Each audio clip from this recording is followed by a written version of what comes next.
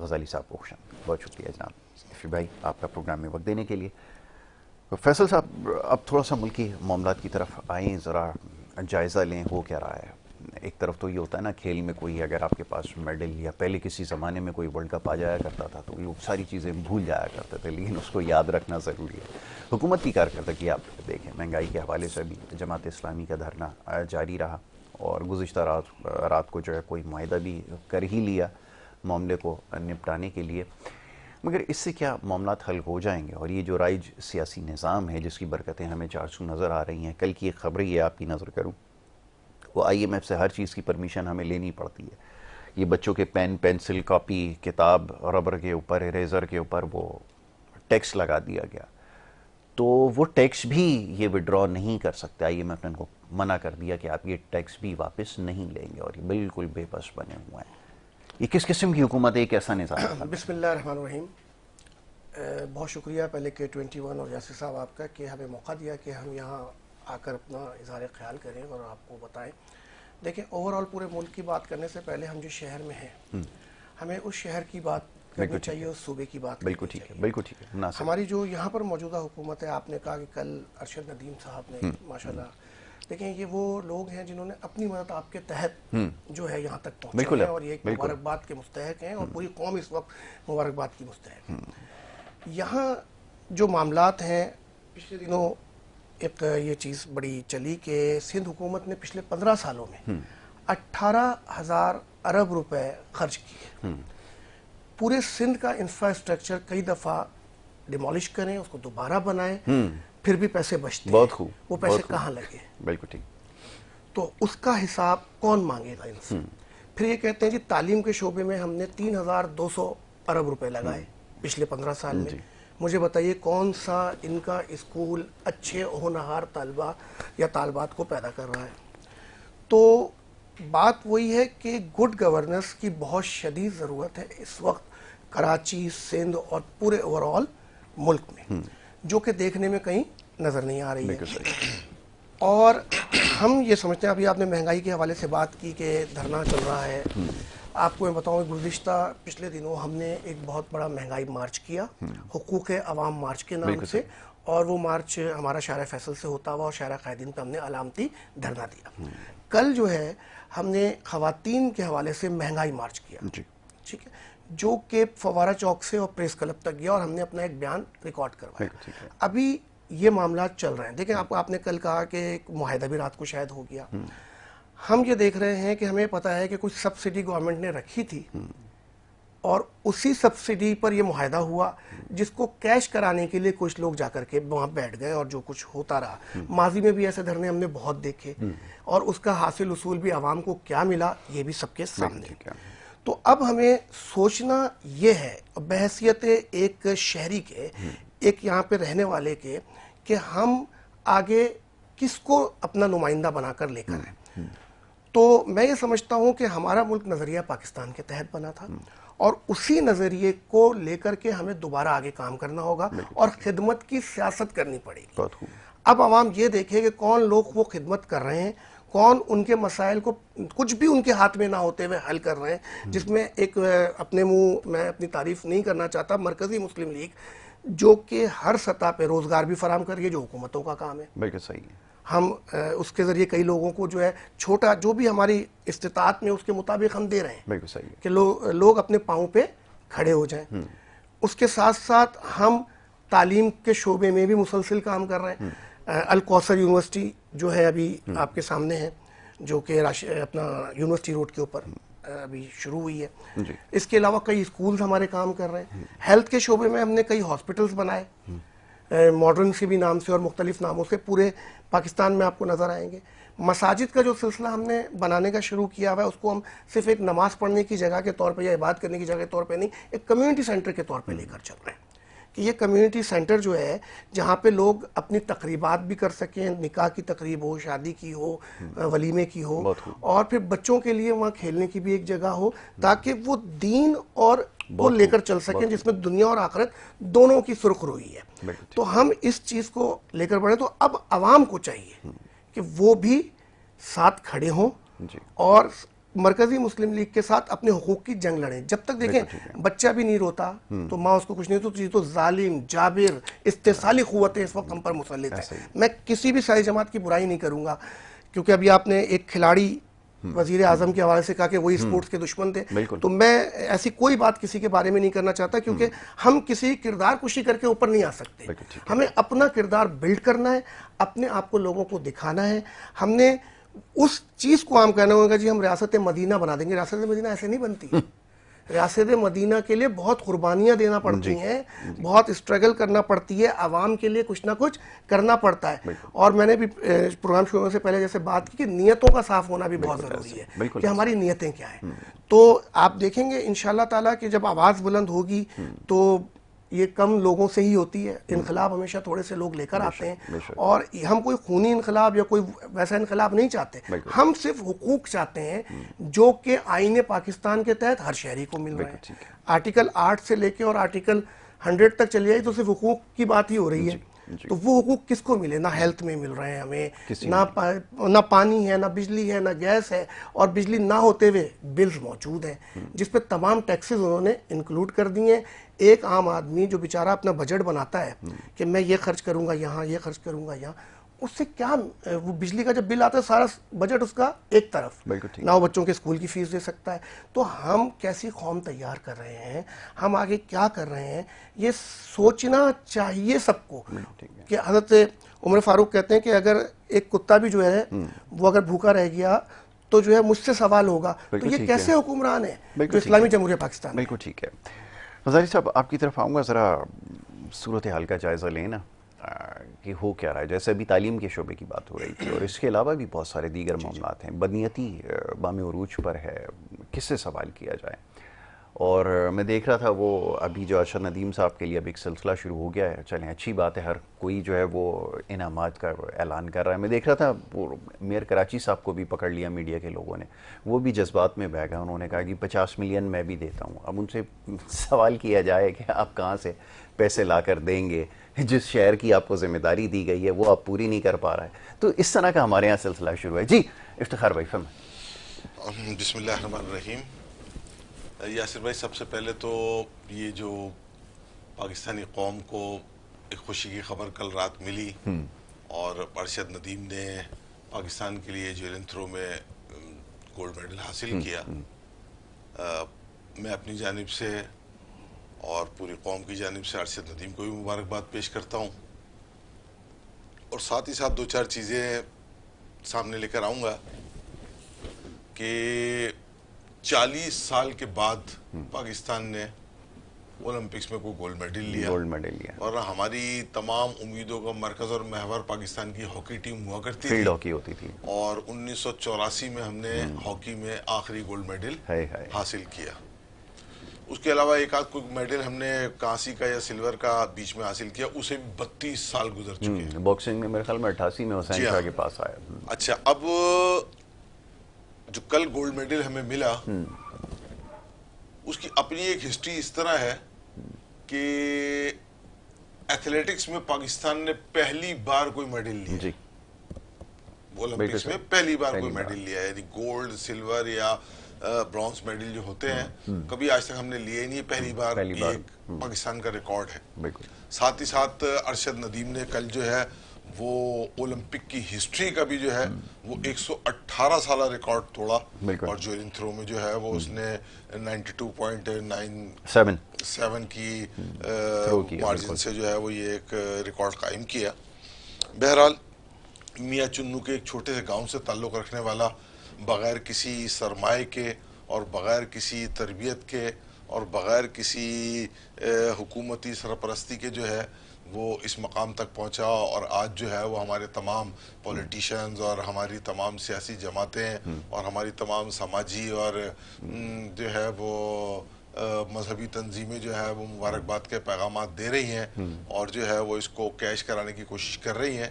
لیکن بہرحال جب اس طرح کے کھلاڑی جو ہے وہ چھوٹے چھوٹے علاقوں میں جو ہے وہ جدوجہد کرتے نظر آتے ہیں تو اس وقت انہیں کوئی بھی نہیں پوچھتا. بالکل ایسا اس پر توجہ دینے کی بھی ضرورت ہے, اور اس چیز کا خیال کرنے کی بھی ضرورت ہے کہ اس ملک کے شہری ہونے کے ناطے اور اس ملک کی قیادت کے دعوے دار ہونے کے ناطے قائدین کی کیا ذمہ داری بنتی ہے.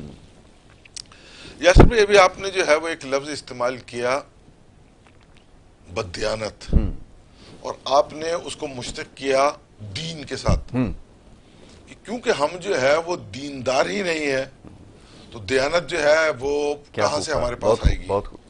تو مجھے جو ہے وہ ملا نصر الدین کا ایک لطیفہ یاد آ گیا. ضرور سنائیں. 118ویں نمبر پر جو ہے وہ دنیا میں اس وقت پاکستان کی عدلیہ کا نمبر ہے. 118 نمبر پر آتے ہیں ہم شاید اس سے بھی انصاف کے معاملے میں. ملا نصر الدین کسی بازار سے گزر رہے تھے تو پیچھے سے کسی نے ایک زوردار تھپڑ رسید کیا ملا کو. انہوں نے پیچھے مڑ کر دیکھا تو جو شخص تھا وہ گھبرا گیا اور اس نے کہا بھائی معذرت چاہتا ہوں، معافی چاہتا ہوں، میں سمجھا کہ میرا دوست ہے. لیکن ملا بزید ہوگا، انہوں نے کہا نہیں، میں تو یہ مقدمہ جو ہے وہ عدالت میں لے کے جاؤں گا اور تم سے اس کا ہرجانہ وصول کروں گا یا بدلہ لوں گا. ملا اسے پکڑ کے عدالت میں لے گئے. عدالت میں جج صاحب کے سامنے مقدمہ پیش کیا گیا. جج صاحب نے اس شخص کو گھبرایا ہوا دیکھ کے اس سے پوچھا کہ تم اس تھپڑ کا جو تم نے مارا ہے ملا کو، اس کا ہرجانہ دو گے یا ملا سے تھپڑ کھانا رسید کرو گے؟ اس نے جج کے سامنے اس شخص نے کہا کہ میرے پاس تو اس وقت کچھ بھی نہیں ہے، لیکن میری بیوی کے پاس کچھ زیورات ہیں جی، تو میں اگر آپ مجھے اجازت دیں تو گھر سے جو ہے وہ میں وہ زیورات لے آتا ہوں جی، اور لا کر جو ہے وہ ملا کی خدمت میں پیش کر دیتا ہوں. جج نے کہا جاؤ دوڑ کے اور وہ زیور لے کر آؤ اور ہرجانے کے طور پر ملا کو پیش کرو. وہ شخص عدالت سے نکل گیا اور پھر واپس نہیں پلٹا. خاصی دیر ملا اور جج صاحب جو ہے وہ اس شخص کی واپسی کا انتظار کرتے رہے. اس کے بعد ملا نصر الدین اٹھے اور ایک زوردار تھپڑ جج کے رسید کیا اور جج صاحب سے کہا کہ جب وہ شخص زیور لے کر آئے تو تم رکھ لینا. بہت خوب.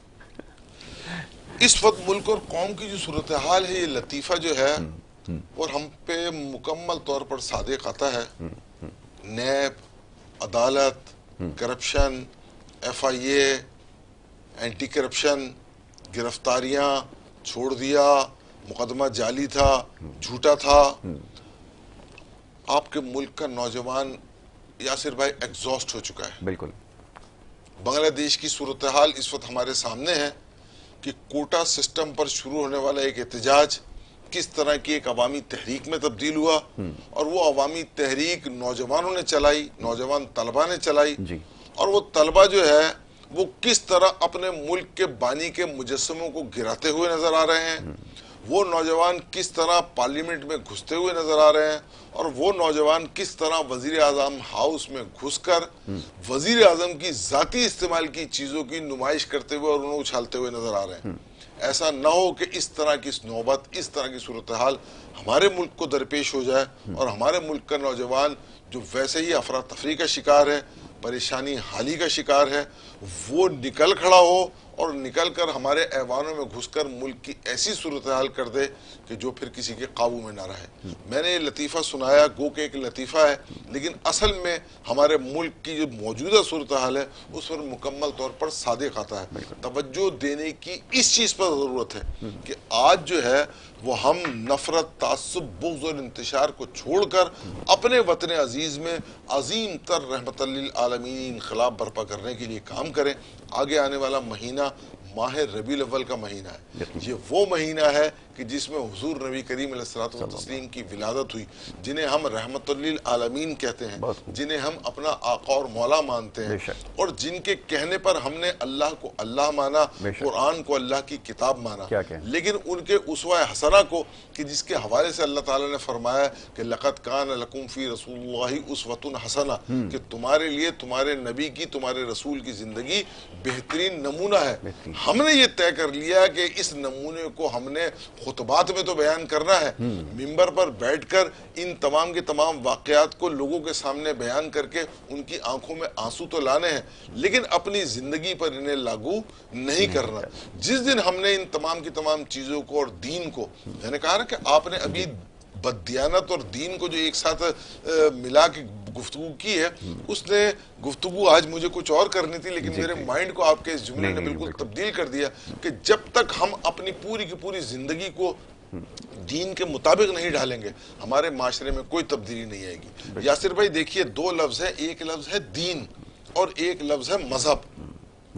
مذہب جو ہے وہ آپ کو چند بنیادی عبادات بتلا کر آپ کی زندگی کو آزاد چھوڑ دیتا ہے، جبکہ دین آپ کی مکمل زندگی کا دائرہ کار طے کرتے ہوئے آپ کو اس دنیا میں زندگی گزارنے کا طریقہ بتاتا ہے اور آخرت کی تیاری کرنے کے لیے آپ کو ذہنی اور جسمانی اور روحانی طور پر تیار کرتا ہے۔ ضرورت اس چیز کی ہے کہ ہم اپنے اوپر دین کو نافذ کریں، اپنے ملک میں دین کو نافذ کریں، انشاءاللہ تعالی کامیابی ہمارا مقدر بنے گی۔ بالکل ٹھیک ہے، میں آپ کی بات سے بالکل متفق ہوں کہ یہی کچھ کرنے کی اس وقت ضرورت ہے۔ بہرحال، اور دیانتداری کے حوالے سے کیا کہا جائے، ابھی جیسے غزالی بھائی نے بڑے خوبصورت جملوں کا استعمال کیا کہ اگر یہ دیانت آ جائے گی تو پھر دیکھیں گے کہ سارے معاملات جو ہے ہمیں بہتر ہونا شروع ہو جائیں گے، نظر آنا شروع ہو جائیں گے ہم۔ اور نوجوانوں کی خاص طور پہ جس طرح کی بات کی، اب یہ انگریزی زبان جو ہے وہ صحیح طرح سے ہماری جذبات کی ترجمانی شاید نہیں کر پا رہی، کہ جو ایگزاسٹ کا لفظ آپ نے استعمال کیا بہت چھوٹا مجھے محسوس ہو رہا ہے۔ جو کیفیت اس وقت نوجوانوں کی ہے، مکمل طور پر بدزن ہو چکے ہیں نظام سے، ساری صورتحال سے، ناانصافی سے، کوٹا سسٹم کی تو وہاں پہ ابھی یہ بازگشت سنائی دی ہے، یہاں پر تو ایک بڑے طویل عرصے سے یہ ایک بحث جاری ہے، اور اس کی وجہ سے جو ہمارا نقصان ہوا ہے، جس قسم کا نقصان ہم نے اٹھایا ہے، اس کی تلافی بھی شاید اب ممکن نہیں ہے۔ گو کہ آج اگر یہ فیصلہ کر لیا جائے کہ اس کو ختم کر دیا جائے، تب بھی اس کی بھرپائی نہیں ہو سکی۔ اتنا بڑا دہائیاں لگ جائیں گے ہمیں جو ہے وہ اس نقصان کی تلافی کرتے ہوئے۔ فیصل صاحب، اب یہ ذرا بتائیے کہ اب سوچ کو کیسے تبدیل کیا جائے؟ یہ بڑا عام سوال ہے کہ یہاں اپنے خیر کے کاموں کی بات بتائیے، نظر آتا ہے گراؤنڈ کے اوپر ہے، میں چلیں اپنے الفاظ نہ بھی اگر اس میں شامل کروں تو وہ جو چیز ہوتی ہے نا، انگریزی میں کہتے ہیں سینگ از بلیونگ، جو آپ کو نظر آئے اس پہ آپ یقین کیجئے، آپ کو نظر آتا ہے آپ کے کام جو آپ نے بتائیں۔ اب میں اس میں اگر اضافہ کروں گا تو ہمارے یہاں تاثر یہ ملتا ہے کہ جی یہ شاید اپنا بندہ بٹھایا ہوا ہے، ٹھیک ہے نا۔ میں لوگوں سے یہ سوال کرتا ہوں کہ اگر جیسے میں نے کھیلوں کی ایک مثال دی جس کے بارے میں بھی کچھ دیر پہلے بات ہوئی، جو یہ نقصان پہنچانے والا ہے، جو سسٹم کو نقصان پہنچا گیا، جو فلانا چیز کو نقصان پہنچا گیا، اور بعد میں ہاتھ صاف کر کے کہا کہ جی مجھے تو کچھ پتہ نہیں تھا، کرنے والے تو وہ لوگ تھے، اور یہ جو چند میرے خیال میں 1.5 کروڑ کے لوگ ہیں ایسے جو اس کو فالو کرتے ہیں، اور وہ آج بھی یہ سوچتے ہیں کہ نجات دہندہ ہے، یہ سارے معاملات حل کر دے گا۔ میں ایسی سوچ پہ، جس لوگوں کی ایسی سوچ ہو جائے، ان کا میں کیا کروں؟ جب الیکشن میں جاتے ہیں تو پھر ایسے ہی لوگوں کو ووٹ دیتے ہیں، پھر منتخب کراتے ہیں، وہ واپس آئیں گے، اسی طرح بیڑا غرق کریں گے، ستیہ ناش کریں گے، اور اس کے بعد پھر آپ صفائیاں پیش کریں۔ لوگوں کی سوچ کیسے تبدیل کروں؟ دیکھیں یاسر بھائی، ابھی افتخار بھائی نے بنگلہ دیش کی ایک بات کہی، تو میں یہ سمجھتا ہوں کہ بنگلہ دیش میں جو ہوا اور اس سے جو سبق انہوں نے بتایا، اس کے علاوہ ایک سوچ کا سبق بھی جی، کہ ہم پچھلے کئی عرصے سے یہ سنتے آ رہے کہ وہ جو ہم مجیب کو غدار وطن اپنا کہتے ہیں، تو کچھ لوگ اس کے اوپر یہ بات کرنا شروع ہو گئے تھے کہ ان کی غداری نہیں تھی، بلکہ کچھ ہمارے پاس سے ہی کچھ ہو رہا تھا۔ تو اب وہاں پریکٹیکلی دکھائی دے دیا آج کی اس نسل کو کہ غدار کون تھا، کہ ہم نے ان کے ساتھ غلط کیا تھا یا وہ خود غلط کر رہے تھے۔ تو آج میں سمجھتا ہوں اس سے یہ بھی سوچ میں تبدیلی آنی چاہیے کہ غداری جو ہے جب کوئی کرتا ہے تو ہمارے وہ چوکیدار اس کی نشاندہی کرتے ہیں جنہیں ہم چوکیدار کہتے ہیں۔ انہی کی وجہ سے جو تھوڑا بہت آج پاکستان اسٹیبل نظر آ رہا ہے، تو انہی کی وجہ سے نظر آ رہا ہے۔ یہ بالکل حقیقت ہے کہ اس کرپٹ سیاسی سسٹم کو جو اس وقت موجود ہے، ہمیں بدلنے کی ضرورت ہے۔ اب اس میں دیکھیں، انقلاب کے لیے دو چیزوں کا ہونا ضروری ہے۔ میں آپ کو بتاؤں نا کہ اللہ نے ہر چیز کو جوڑے کی شکل میں بنایا ہے، میں نے کہا نا ہر جگہ دو چیزیں، بالکل ایسا ہی، ظاہر ہے تو باطن ہے، بالکل صحیح، ایسا ہی۔ تو اسی طرح انقلاب کے لیے بھی ایک پیر کی ضرورت ہوتی ہے کہ اس وقت کے وہ حالات اس طرح کے پیدا ہو جائیں اس خطے میں، اور اس سوچ کو رکھنے والے لوگ موجود۔ بات خوب۔ یہ دو عوامل جب موجود ہوں گے تو پھر تبدیلی آتی ہے۔ اس میں یہ نہیں دیکھا جاتا کہ لوگ زیادہ ہیں یا کم ہیں، ہمیشہ ہم نے یہ بھی دیکھا ہے کہ انقلاب جب بھی آیا ہے تو وہ ہمیشہ چند لوگوں سے آیا۔ اس وقت خطرناک صورتحال یہ ہے کہ جو سوویت یونین کے توڑنے میں جو کچھ ہوا تھا، ان کے چلے انہوں نے اپنی فیڈریشن بچائی اور کنفیڈریشن جو ہے وہ ٹوٹ گئی، یہاں پر کچھ ایسے حالات اس وقت پیدا کیے جا رہے ہیں۔ ہم نہیں چاہتے کہ ایسے کوئی حالات مزید پیدا ہوں اور کوئی اور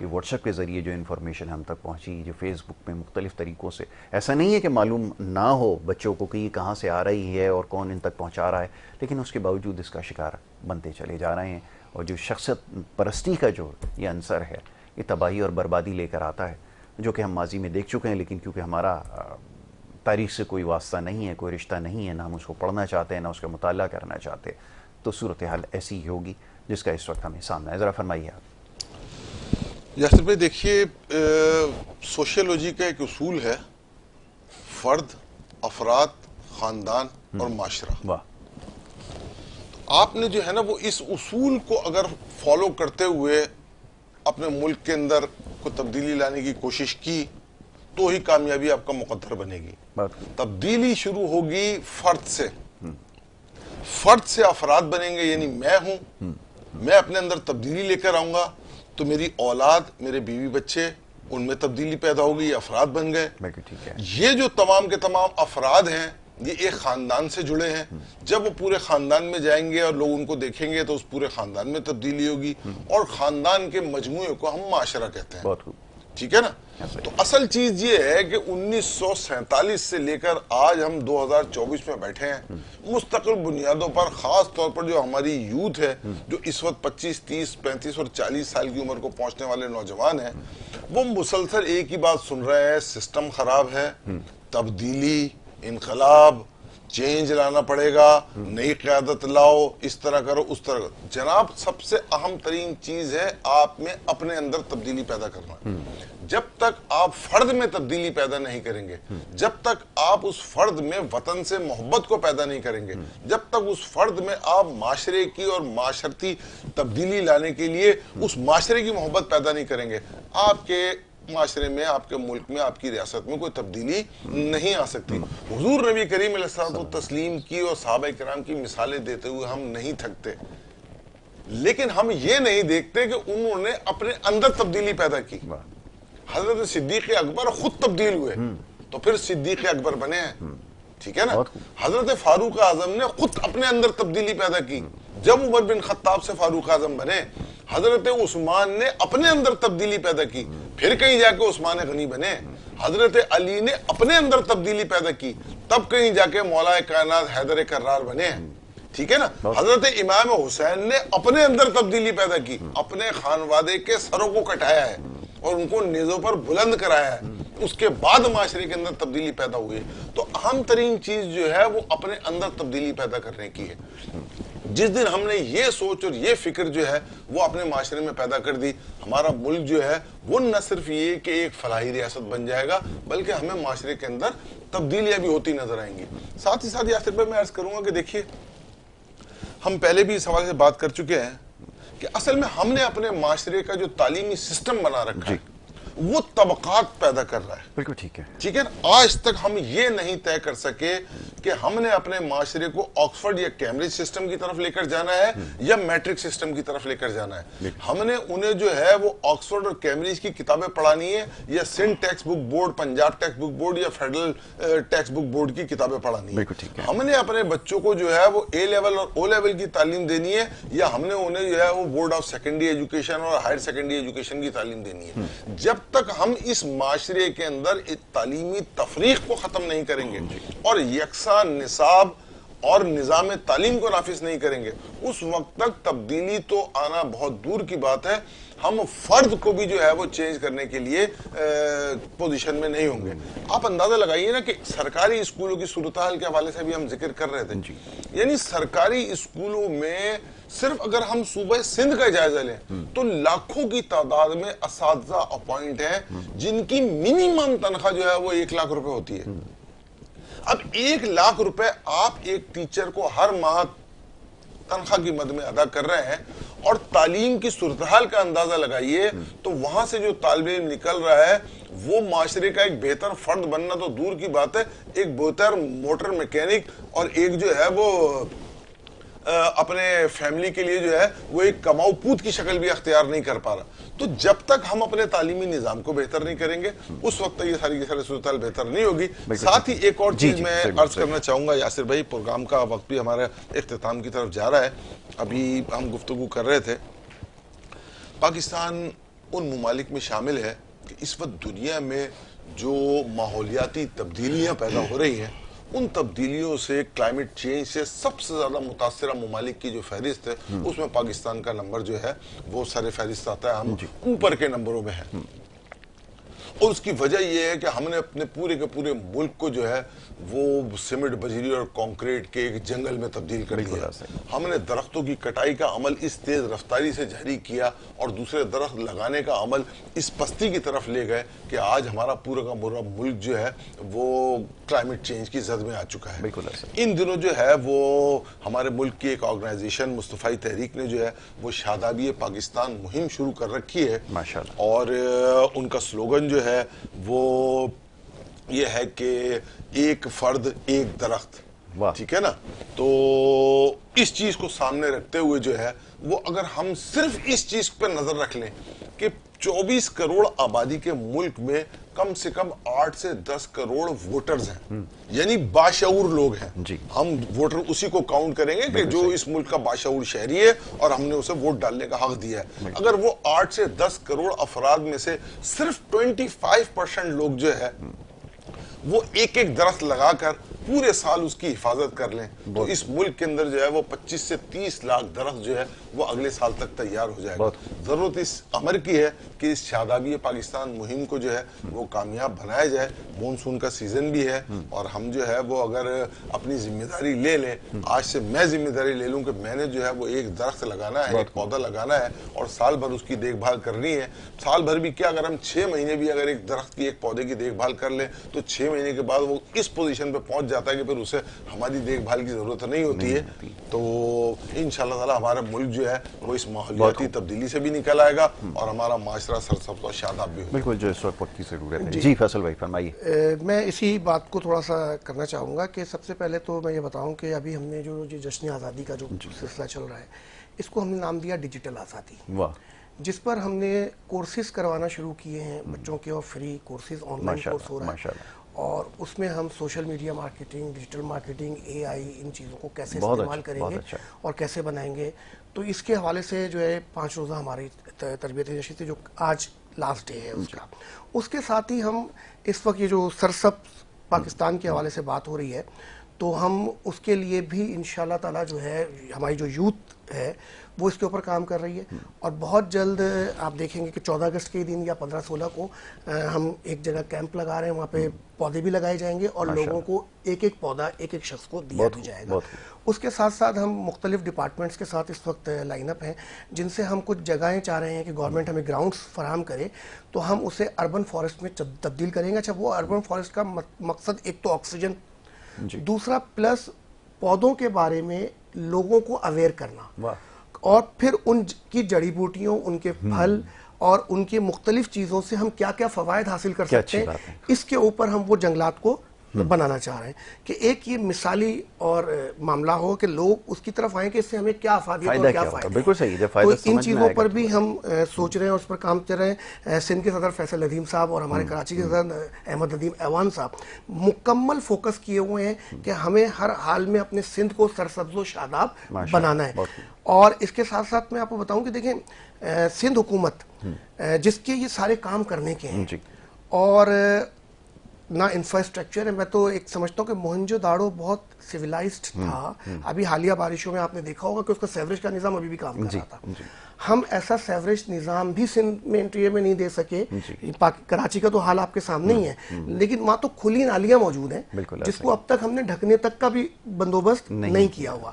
اس سے کیا کیا بیماریاں پیدا ہو رہی ہیں, کہ کیا کیا معاملات ہو رہے ہیں. اچھا, یوتھ کے حوالے سے بات ہو رہی تھی کہ یوتھ بہت فرسٹریٹ ہے, ان کے پاس روزگار کا اہم مسئلہ. پھر جو اسپورٹس کی طرف جانے والا ہے اس پہ تو ہم نے بہت کھل کر بات کی.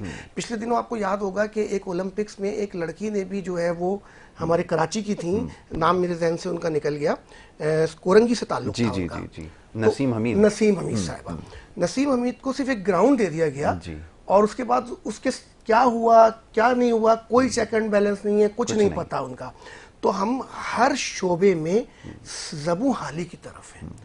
اس وقت عوام کو دیکھیں, عوام جو میں سمجھتا ہوں دیکھیں مختلف طبقات میں جو بڑی تعلیمی سسٹم کے حوالے سے بات ہو رہی تھی کہ یکساں نصاب تعلیم اور یکساں نظام تعلیم، بالکل ٹھیک ہے، ساتھ ساتھ تعلیم کو اسی زبان میں دینا چاہیے جو زبان ہماری ہو، تاکہ لوگوں میں اس کو سمجھ پیدا ہو۔